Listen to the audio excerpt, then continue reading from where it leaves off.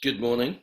Welcome to the RSL on Tour 2020 Teaching Technical Skills through Performing on Acoustic Guitar. My name is Dan Francis. I'm Head of Sales and Partnerships for the UK and Republic of Ireland. In this webinar, we're going to look at the technical exercises and performance pieces and see how they work together to develop musicianship. We're going to do that by looking at specific examples at grades 1 to 5, where the scales, arpeggios, acoustic riffs, and stylistic studies help students to learn the pieces. It's worth bearing in mind that these can be used in lots of different contexts, and hopefully this webinar will demonstrate how you can take a piece from the Rockschool graded series and use in a classroom situation or elsewhere, really to demonstrate how it maps across to other learning that students do. Indeed, you can use them in group contexts as well as one-to-one. However, the ultimate aim for us, obviously, is that they're developing as musicians so they can go and perform in any environment and have all the musical skills they need. And our graded exam system demonstrates that both through the performance certificate, where they perform 5 pieces, 3 of which can be free choice pieces, or the graded music exam, where they perform 3 pieces, 2 of which can be free choice, and the technical exercises and sight reading or interpretation and improvisation from debut to grade 5, and then grade 6, 7 and 8 it's a quick study piece which combines sight reading and improvisation. And then there are ear tests and general musicianship questions. We also have a number of ways of taking exams at the moment. One is via a face-to-face exam where students go to an exam centre and they take an exam in front of an examiner. They can also take an exam via a live video link-up where the examiner is connected via a webcam. And there's also the video submission options where they can either perform the performance certificate from debut to grade 8, where they do 5 pieces in one continuous unedited recording, or they can do the graded music certificate, which is similar to the graded music exam in that they perform the 3 pieces and the technical exercises that are contained in the book in an unedited continuous recording, but they're not required to do the unseen test. So they're not required reading or the ear tests or the general musicianship questions. But because we have these different options, I think it's important to recognise that a lot of the performance pieces require a demonstration of really quite advanced technical skills, so that even if you don't do the technical exercises as part of the exam process, you've gone through the process and you're developing your technique and your technical expertise. Equally, the same can be said for students that are specialising in sight reading from debut to grade 5. In that improvisation is still an important skill for them to be able to develop, partly because it's a route into composition and partly because it's the sort of thing that they would need to be able to do in a performing environment. And of course, when they get to grades 6, 7 and 8, there is an expectation that they can improvise as well.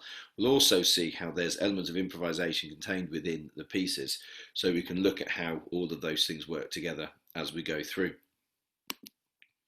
So I'm going to skip debut and jump straight in at grade 1 with the Jeff Buckley Hallelujah. Obviously originally Leonard Cohen, but this is the Jeff Buckley version that was made particularly famous. And I want to start by focusing on the fact that it's really designed to be quite a straightforward piece of music, built almost exclusively around the C major scale. So if you look at the melody, you can see here that the melody is built around the C major scale. So at the bottom line, you see it starts on the G here and goes up to the top of the scale, and then it drops back down to the bottom of the scale there. And you can also identify that it's built around both the C major chord and the A minor chord almost exclusively. You can see that for the technical exercises at grade 1, C major and A minor scales are required, but you also need to be able to play the following chord sequences, the following chords as directed by the examiner. Now the examiner is assessing the speed of the candidate's response, so the more they're able to work through these chords in a real life context so they can get their hands moving between the chord patterns, the better, because that's going to increase their speed of response. But you can see there you've got A, D, E, C, G, A minor, D minor and E minor. And as you can see at the very beginning of the piece, the student is required almost exclusively to be able to rotate between C and A minor, both strummed and playing it as a broken chord or an arpeggio. And of course, arpeggios are also featured in the technical exercises. So you're sort of developing three different elements of the technical exercises just in practicing those opening two bars. And then we can move on. You can see that the F and the G and the chords are contained as well. So you've got the beginnings of your 1, 4, 5, 6 chord sequence, which are obviously contained within the technical exercises there. And then you have a very simple stepwise movement, which is a nice way of practicing or developing your ability to move very slowly through the C major scale. So let's have a listen to how all that fits together. Hallelujah. 1, 2, 3, 4, 5, 6.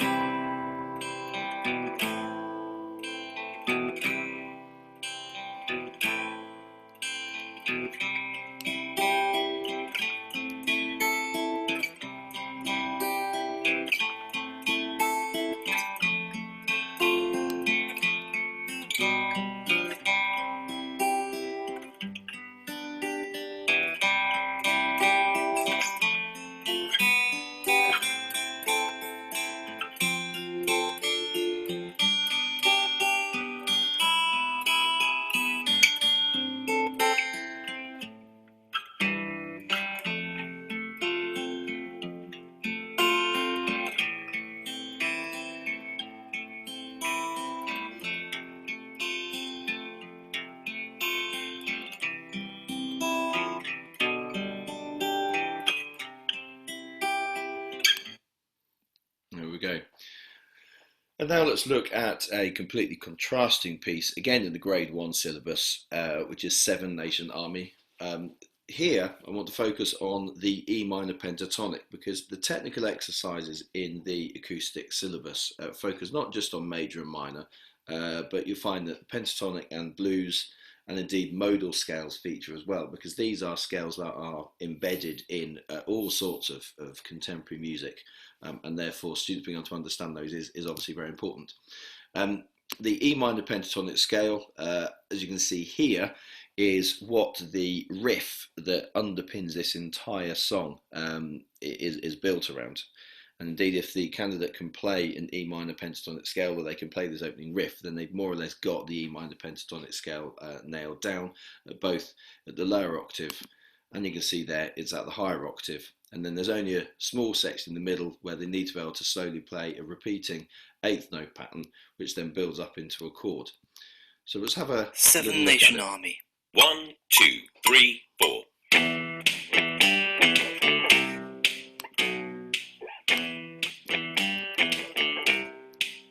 I'm gonna fight 'em all. A Seven Nation Army couldn't hold me back. They're gonna rip it off, taking their time right behind my back.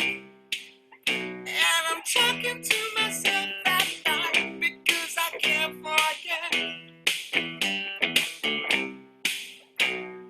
Back and forth through my mind behind a cigarette. And the message coming from my eyes says, leave it alone.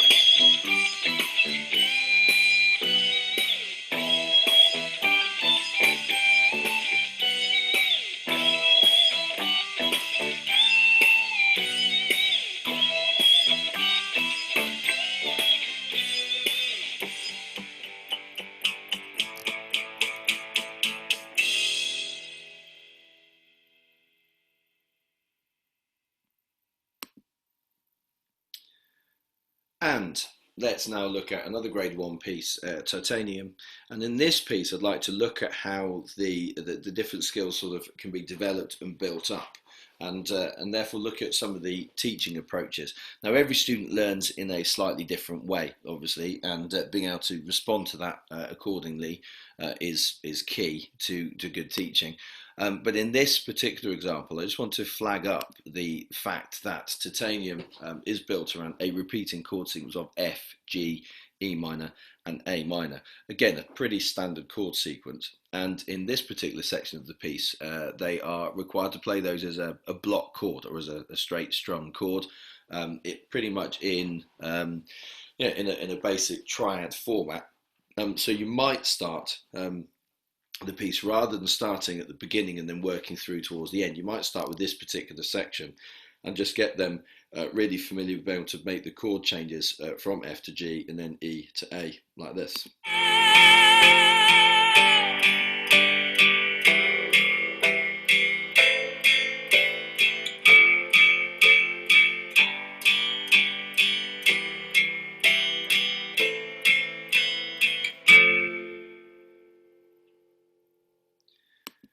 And then you could move on and look at a slightly more advanced pattern that is built around the same thing. So again, you've got the F, G, E minor, A minor, but this time you've got the F major 7 added in, which is essentially just adding in the open string. And a slightly more different rhythmic pattern. And of course, you've got the downstroke and the upstroke as well. So you may decide to start with that section, although potentially you would add from the previous section. Shoot me down, but I won't fall. I am titanium. You shoot me down, but I won't fall. I am titanium.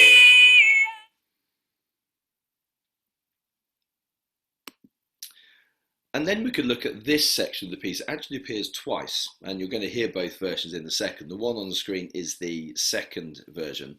But here you've got exactly the same chords as before, F major 7, G, E minor and A, but this time, rather than being strummed as a chord, they're played as a broken chord, which obviously links directly to the work that students need to do on arpeggios. And again, it gives you the strumming patterns, and you've got it always in notation and tab form. So let's just have a listen to both different versions. What the guitar plays is exactly the same. It's just the melody that goes over the top. I think what you find is that this is in the introduction and the pre-chorus. Titanium. 1, 2, 3, 4. You shout it out, but I can't hear a word you say. I'm talking loud, not saying much.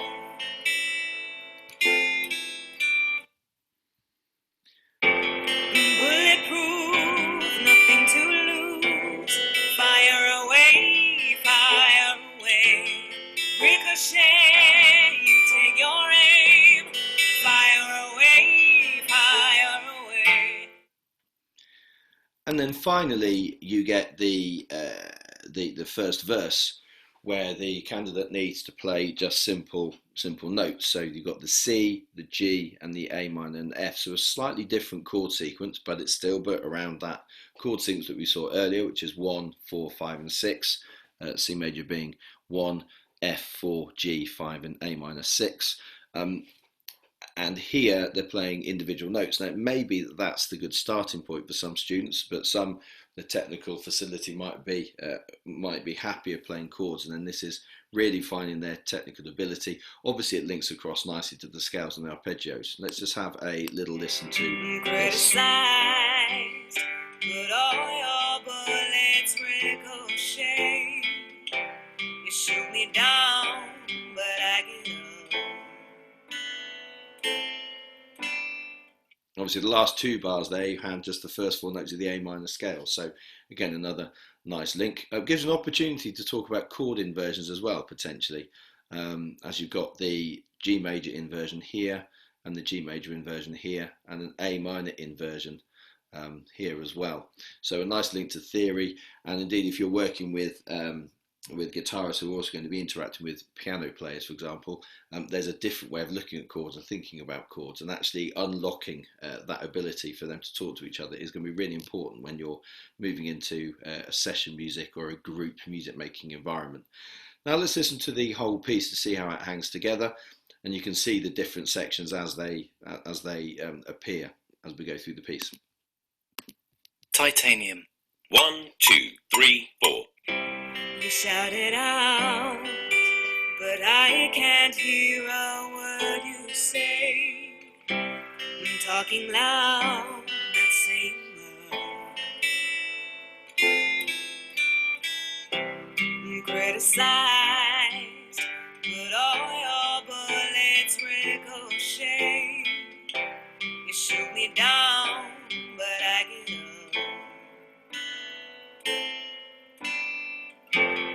Bulletproof, nothing to lose. Fire away, fire away. Ricochet, you take your aim. Fire away, fire away. You shoot me down, but I won't fall. I am titanium. You shoot me down, but I won't fall. I am titanium.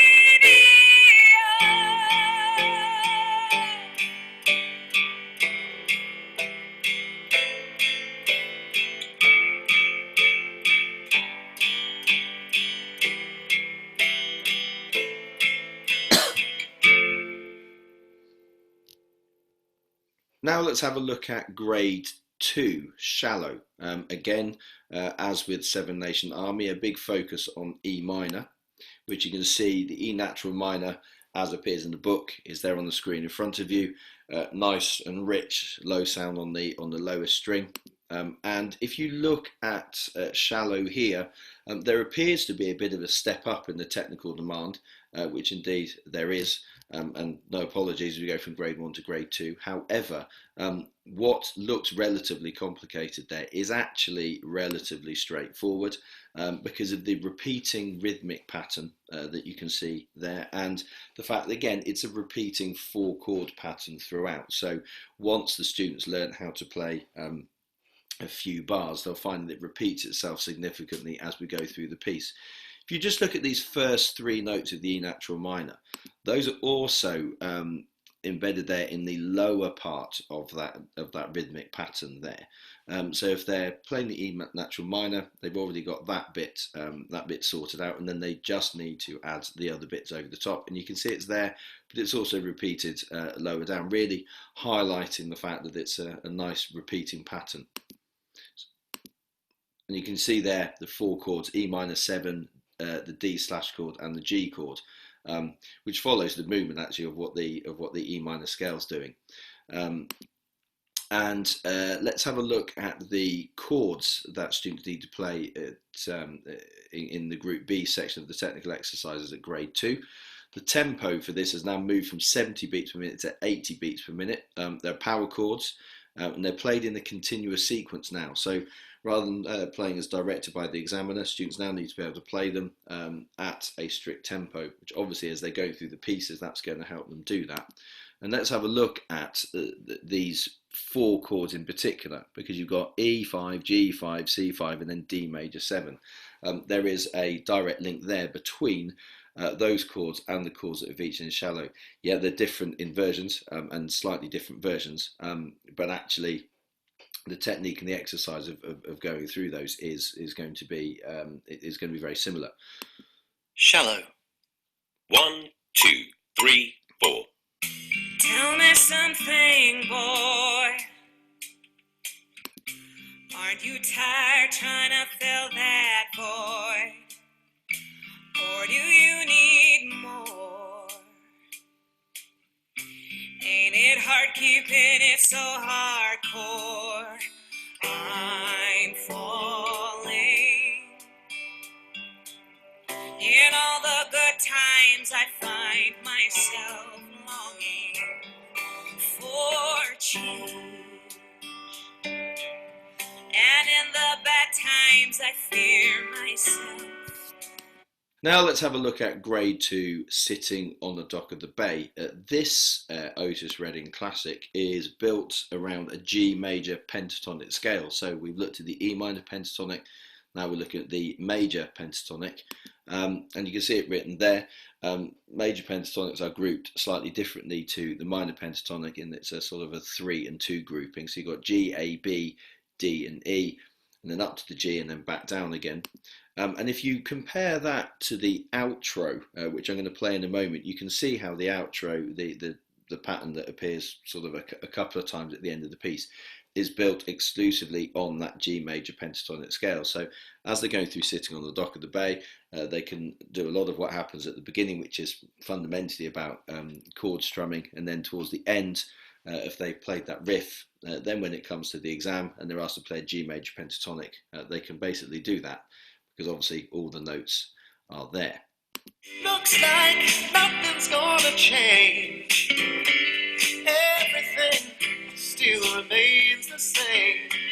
I can do what 10 people tell me to do, so I guess I'll remain the same.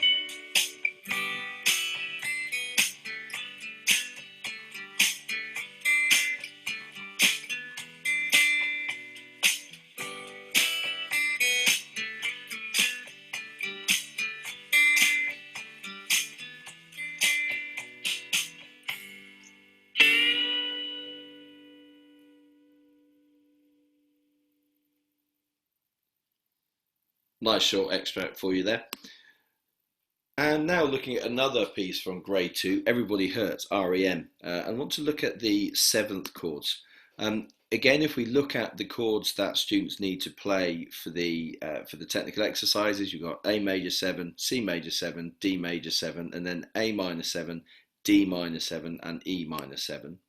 If we look at the outro of Everybody Hurts, you've got D7, G7, just repeating themselves around a few times just to finish the piece off, which is in direct contrast actually to the rest of the piece, which is very much an arpeggio 6/8 sort of triplet feel as we're going through, which again, that section of the piece links nicely across to the arpeggios. But you can see the repeating D7 and G7 chord sequence, and let's just compare that to the D major 7 and the D minor 7 chords that are in the technical exercises.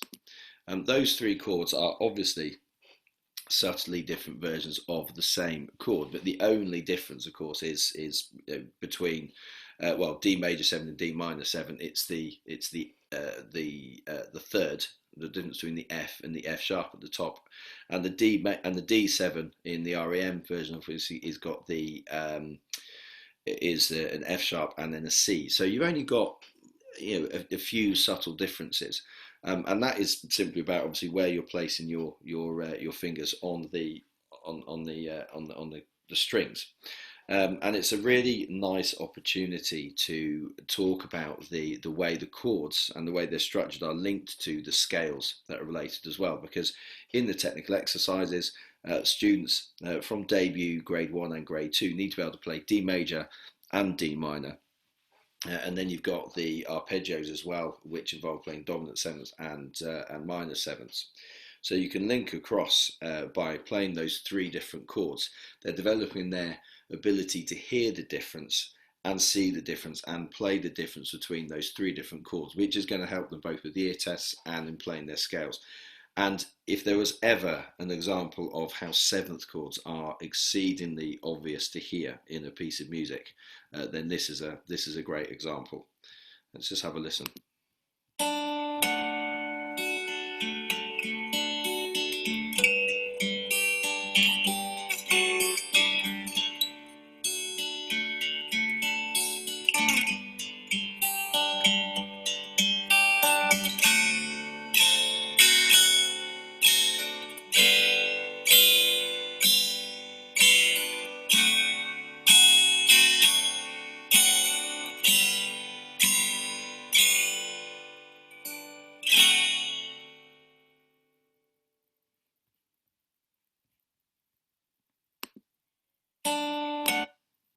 Now let's move on and look at grade 3, Fleetwood Mac, Dixie Chicks, Landslide.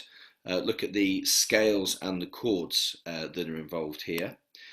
Here is a section of Landslide, and if we have a look, it's built around two repeating riff patterns, both of which are built on the G major scale, although one of them you could argue is built on the G pentatonic. Either works, but there you can see one of the patterns, rhythmically subtly different to each other, but basically the same. And here's the other one. Landslide. 1, two, three, four.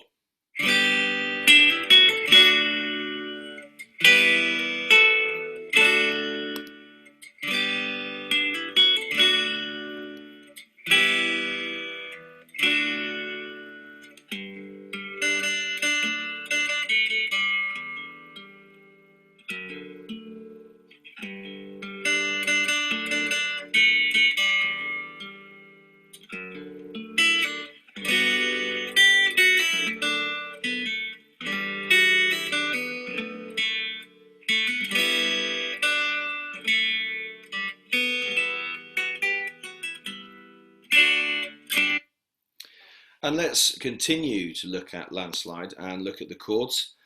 Here is a different section. And again, we're using the 1, 4, 5, 6 chord sequence. And in this particular example, the candidate needs to strum the chords. But you've also obviously got the picked melody earlier. So we've got two different techniques employed. There's chord 1, there's chord 4, there's chord 5, and there's chord 6. And now let's have a look again at the technical exercises, the group C chords. Again, we've got partial bar chords, G, A minor, B minor, and C, plays as directed by the examiner. And then you've got the dominant seventh chords, which need to be strummed and picked as an arpeggio according to the examiner's instructions. So again, you've got the D, you've got the G, and you've got the A, and you've got the B minor. So again, nice close link between the pieces and the technical exercises.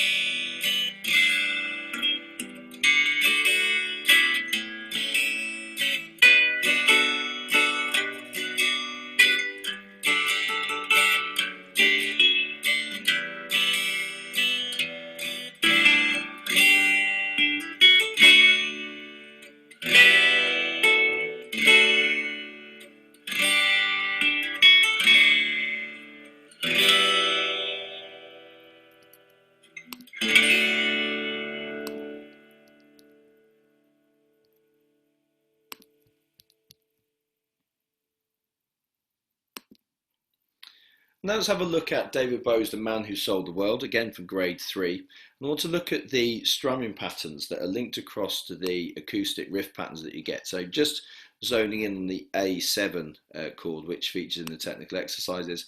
And you can see there, in The Man Who Sold the World, you've got the repeating A7 chord, then you've got D minor and F as well.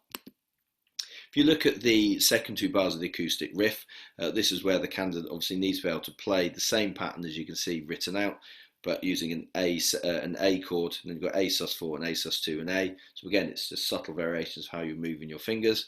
And we can have a look at the rhythm of The Man Who Sold the World. While they're in different styles, actually rhythmically there's a nice similarity. I've just highlighted three quaver patterns here. If you essentially remove those and replace them with rests, then you've got more or less the acoustic riff that's required to be prepared for Group D. So you can sort of shorten the amount of learning required really by linking those two together quite nicely. Here as well, the tempo is slightly faster, so if they can get this pattern where they're strumming every section, if they then practice just pulling out these particular things and turn them into rests and then slow it down, and then with a very slight change at the end, you'll find that the acoustic riff and The Man Who Sold the World are working in combination quite nicely. Here is the acoustic riff example in the book. 1, 2, 3, 4.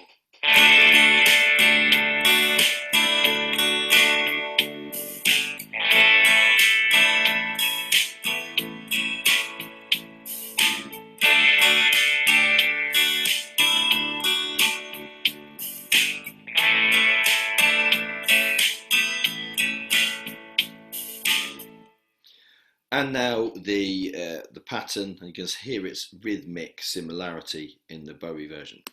The Man Who Sold the World. 1, 2, 3, 4.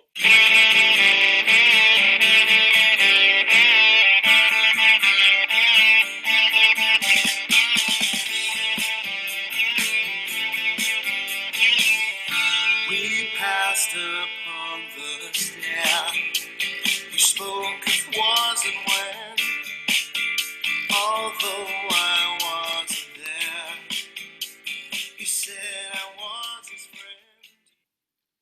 go. Hopefully you can see the connection between those two there. Now let's look at grade 4, Layla, so Eric Clapton, although I think in Derek and the Dominoes format at this particular stage. This is the unplugged acoustic version. I want to take a moment to look at improvisation and the blues scale.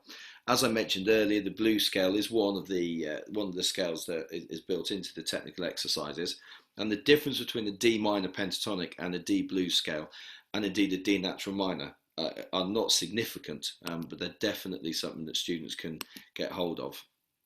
The solo passage that I've just highlighted here, what it says is continue solo using the D minor pentatonic, D blues and the D natural minor.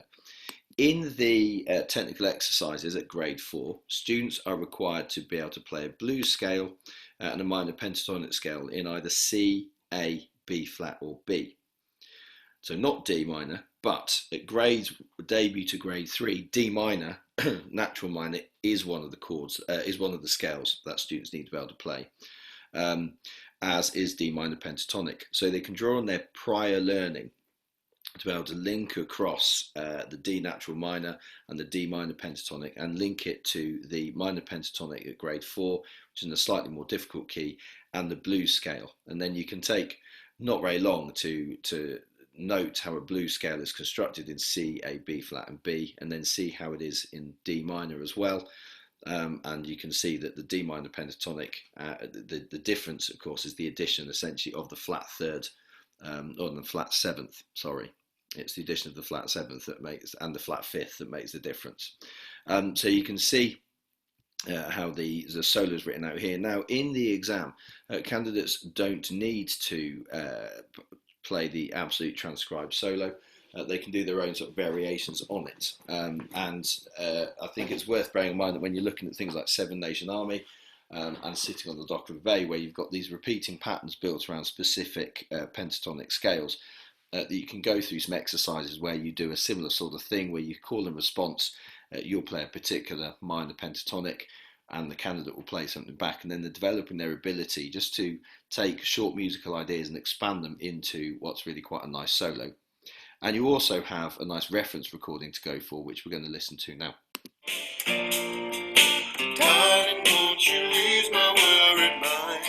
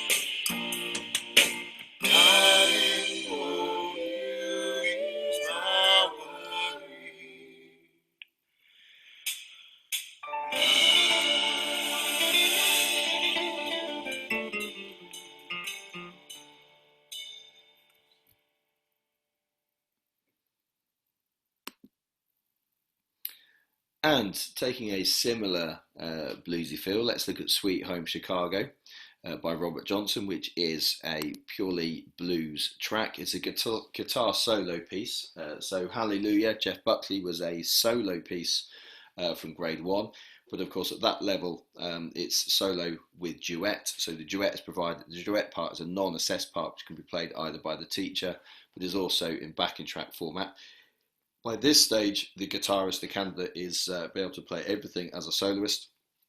And you can see here from the C section that I've given you the guitar solo. And again, it's a blues, so it's built around chords 1, 4 and 5. And then you've got subtle differences between the major and the minor. So if I can just show you just there the 80 beat per minute soul blues acoustic riff exercise that students need to be able to prepare for their exam. And you can see you've got the D minor and the A minor. So in that regard, it's chords 1 and chord 5. So linking across here to, obviously you've got the A, and then you've got 1 and 5. And then here, you've also got the rock version, 100 beats per minute, and it says here you need to be able to play the chords in the rhythm shown and improvise the rhythmic chords and improvise a melody. So within this particular example, you're looking at improvising rhythm and melody at the same time, which can be brought into the Robert Johnson piece, as you can see here. And again, you've got A minor and E minor, so you're covering the same sort of chord groupings, and with just subtle variations between the major and the minor. And as I said before, this is a great opportunity just to hear the differences between the two. And how you play them, and obviously as you've been developing your ability to play an A major scale and an A minor scale, that's going to help you in terms of positioning your fingers on the fretboard. And I'm now going to play you the example.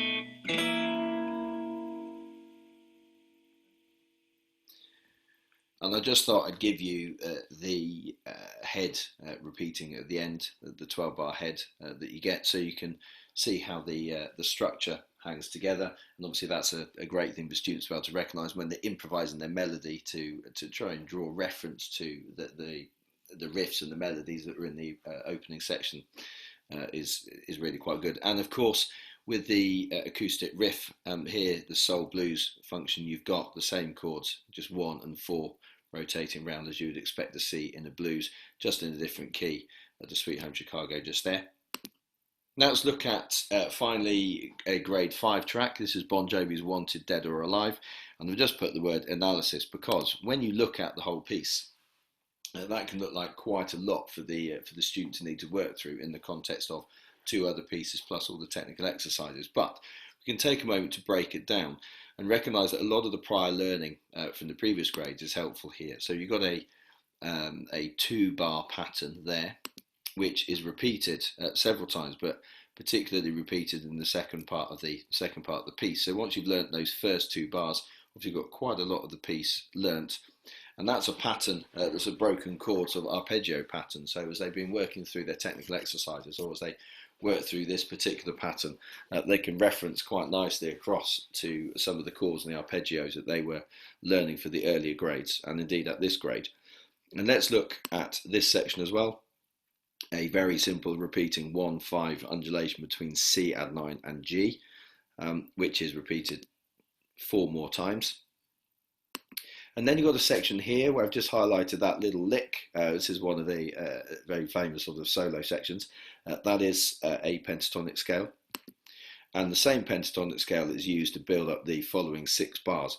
So by looking at 1 arpeggio pattern and 1 simple chord pattern and then a pentatonic scale, you've actually got pretty much the whole piece learnt. And then it's just a case of linking all the things together and then working on getting the style and expression coming through as well. Wanted, Dead or Alive. 1, 2, 3, 4.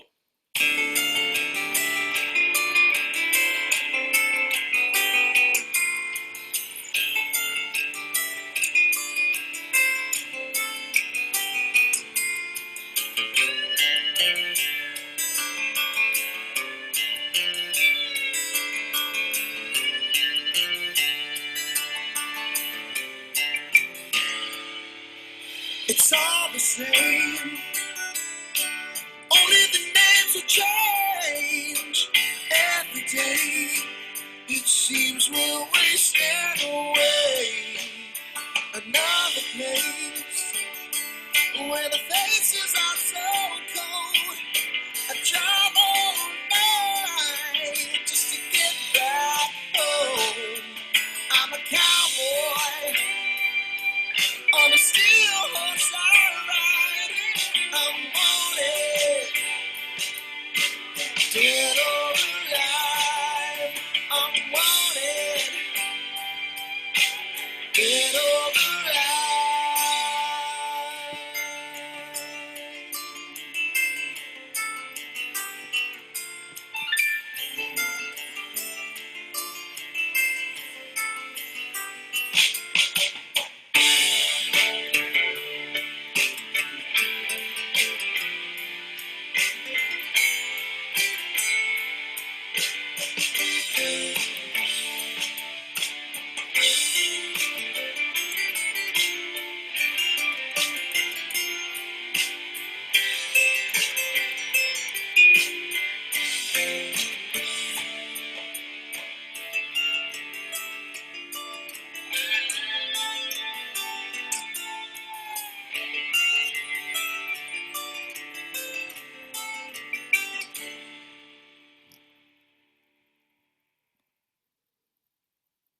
There you go.